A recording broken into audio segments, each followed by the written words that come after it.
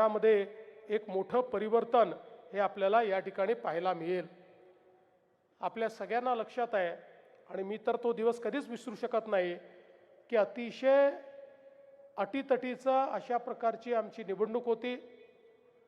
खरं तर त्या निवडणुकीनेच सत्ता बदलाची मुहूर्तमेढ केली।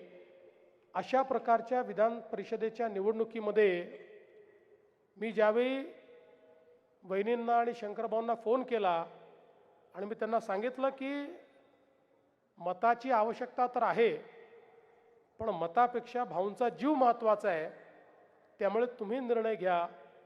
आणण्यासारखी परिस्थिती असेल, डॉक्टर होकार देतील तरच तुम्ही आणा, अन्यथा तुम्ही आणलं नाही तरी हरकत नाही।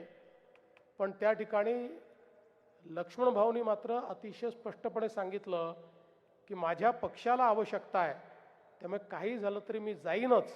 आणि त्या ठिकाणी PPE किट घालून आणि कार्डियक ॲम्ब्युलन्समध्ये लक्ष्मण भाऊ त्या ठिकाणी आले आणि मतदान केलं। आणि मतदान केल्यानंतर त्या ठिकाणी मला असं म्हणाले, मी तेव्हा विरोधी पक्षाचा नेता होतो, की मुख्यमंत्री साहेब तुम्हाला मुख्यमंत्री पाहण्याकरता या ठिकाणी मी आलो। आणि त्यानंतर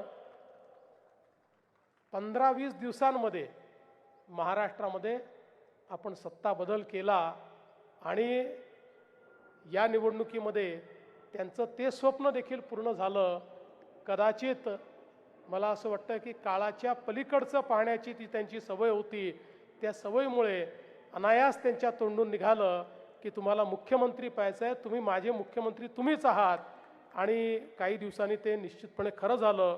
पण आज अशा प्रकारचा आमचा एक मित्र की ज्यांच्या मनामध्ये एक अत्यंत प्रेम होतं, ज्यांचा एक भक्कम पाठिंबा आमच्या पाठीशी होता, ते आपल्यातनं अचानक निघून गेले। खरं तर ते लढवय्ये असल्यामुळे त्यांनी दुर्धर रोगाशी देखील अतिशय मोठी त्या ठिकाणी लढाई दिली।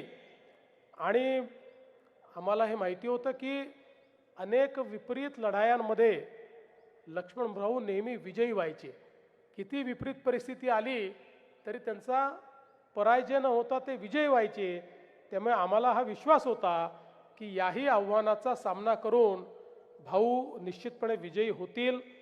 पण दुर्दैवाने या एका सामन्यामध्ये मात्र ईश्वराने काही यश दिलं नाही आणि त्या ठिकाणी भाऊ आपल्यातनं निघून गेले।